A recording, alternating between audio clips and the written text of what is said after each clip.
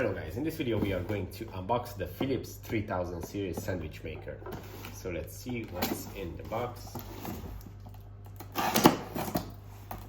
As you can see, it's a 750 watt sandwich maker which has a single unit. This is how it should look. So let's jump into the box and see how it works.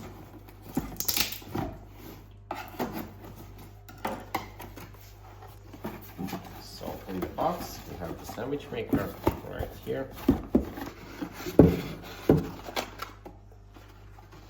Okay, pretty simple, some paperwork, user manual, how to clean it and how to use it properly. Actually, this is the flip side. So that's pretty much all you got in the box. The cable is already installed. This is the on and off button on the side, and this is how you unlock it with this little latch.